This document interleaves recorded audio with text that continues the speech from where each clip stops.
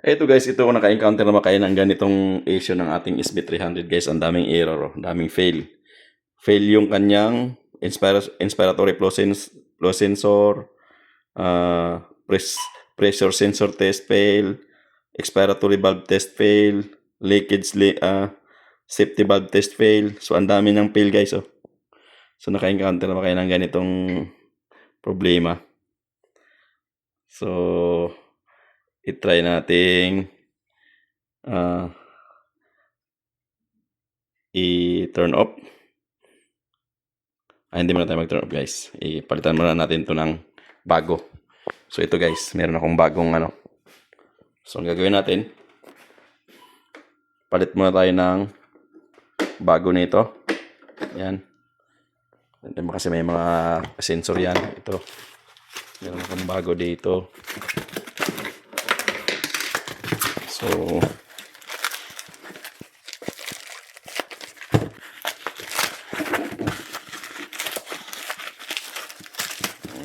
yan. Expiratory valve. So meron din ako dito bagong expiratory valve. Ayan. Ngayon guys, magpalit muna tayo nito lahat bago tayo patuloy sa ating troubleshooting. So tingnan natin to kung oobra. Kasi bago yan oh. As in. Galing pa yan sa factory guys.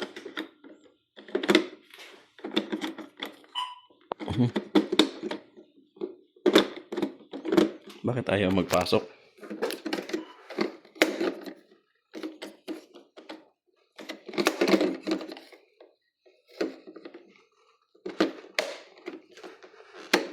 Yun. So ito ating inspiratory valve.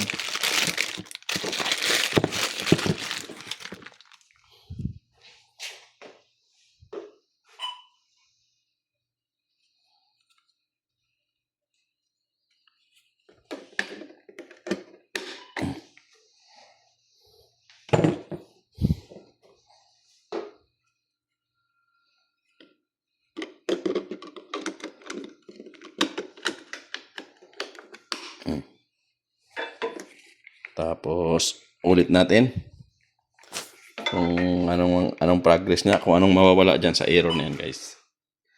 So retry.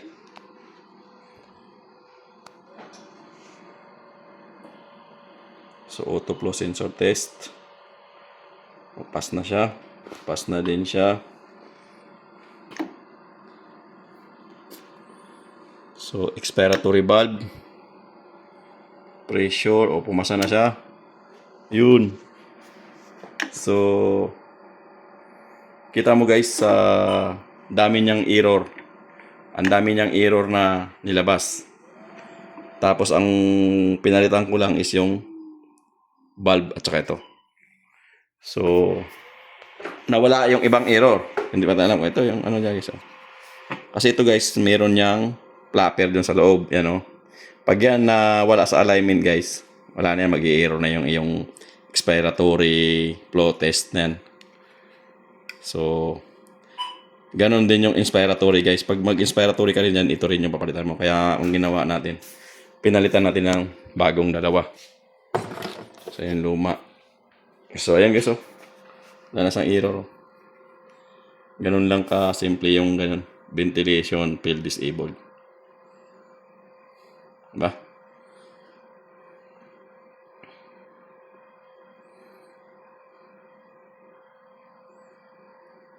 Tayo natin matapos yan guys. Pag hindi siya pumasa sa auto sensor, ikakalibrate lang natin yan. Pero ayun, pasalo sa to. So ito lang ang pinalitan natin, yung dalawang valve na yan guys. Yung dalawang valve na yan, so pinalitan lang natin. Okay na sa lahat to. Ayan. So huwag kayo matakot pag mga ganitong na lumalabas yung mga ganitong error na yan. Yung maraming error na yan, ayaw pumasa lahat sa test na yun. Yun lang yun, yung ating valve. So antayin na lang natin matapos yung sa O2. Malapit nang matapos yung ating oxygen sensor test, auto sensor test. Yung FiO2. So, pass din siya. No? Pass na siya eh. Kanina, error yan. So, pag tinignan mo yung log natin, guys, boom. Ano yan? Time pala yan. Reset natin yan. Yung alarm yan kanina. Reset na yan. Yung ating time yan. Date and time yan. Exit. So, pag tinignan mo dito sa ano, guys, ayun, wala na siyang error. Puro pa sa lahat green. So, exit tayo. Punta tayo dito sa history. Para malaman natin kung ano yung mga alarm kanina. Ayan. Event. So, ayan yung error kanina, guys. Auto calibration, system check. So, ayan yung error niya. Hindi pala yan. Yung kaninang error niya. Sa ano pala yan, guys? Ano pala yan kanina? Yung kanyang ano natin? Yung ating ginawa kaninang system check. So, hindi pala siya makikita dito. So, last system check natin. Ayan. 2603.10. Ngayon. So,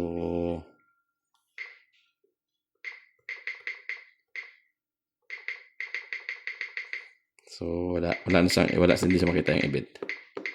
So, yan guys. Ganun lang kasimple, ano? Yung ating error na napakarami kanina. Namumula. So, ano na? Dalawa lang na parts na pilitan natin. Yung inspiratory valve at saka expiratory valve. So, nawala na yung ano niya. Wala na yung ventilator disabled. So, common issue yan guys pag may sira yung ano natin. Pag may sira yung ating inspiratory valve saka expiratory valve. So, mag-ventilation tayo. Gawin natin 500 dyan. Yan.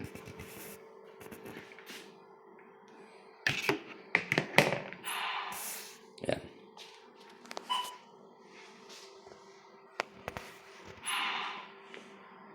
Yan. So, antayin lang natin na ilang breath yan. So, nakasit natin 500. Gawin natin ano to. 12. Pip is gawin natin yung 0 muna. Huwag mo natin yung pip.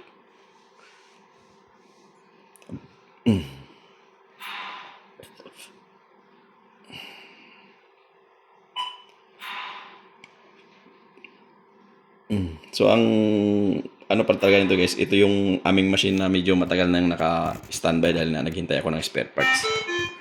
So, minute to high. Ano, minute volume to high, MB.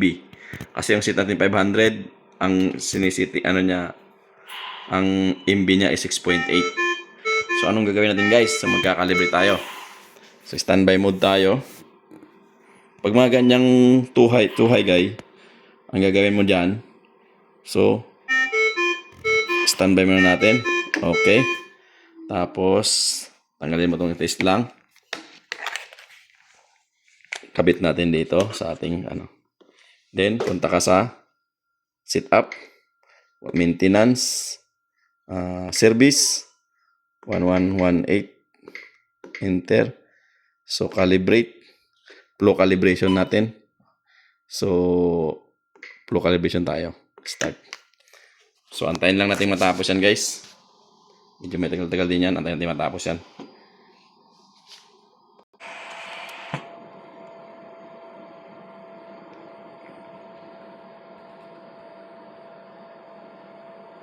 So, malapit na siyang matapos, guys.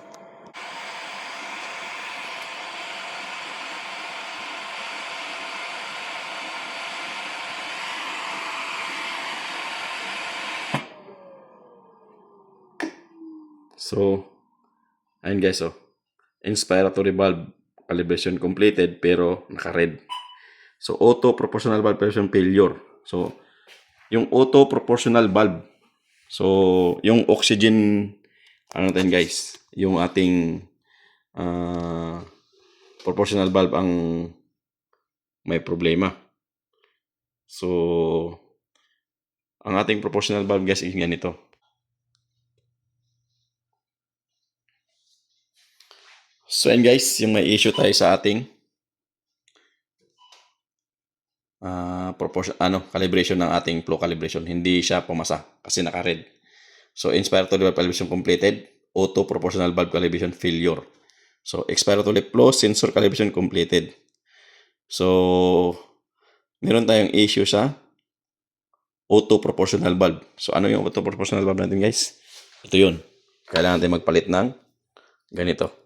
Proportional valve. So, mga ganitong valve. So, proportional valve. So, yan yung common issue ng mga ganitong ventilator, guys. So, itry muna natin, guys, i-calibrate yung ating expiratory valve. Plug the test lang to close. So, i-calibrate natin yung expiratory valve, guys. Kasi nagpalit din tayo ng... So, katapos din kakalibrate nan, mag-calibrate din tayo ulit dun sa flow calibration. Kasi nagpalit tayo ng bagong nagpalit tayo ng bagong expiratory valve. So, ayan guys. Umasa naman siya. Completed calibration. So, sa expiratory valve yan guys. Calibration. So, balik tayo dito sa flow calibration. Blower pressure 30. Inspiratory valve current MA. Okay. So, start tayo ulit.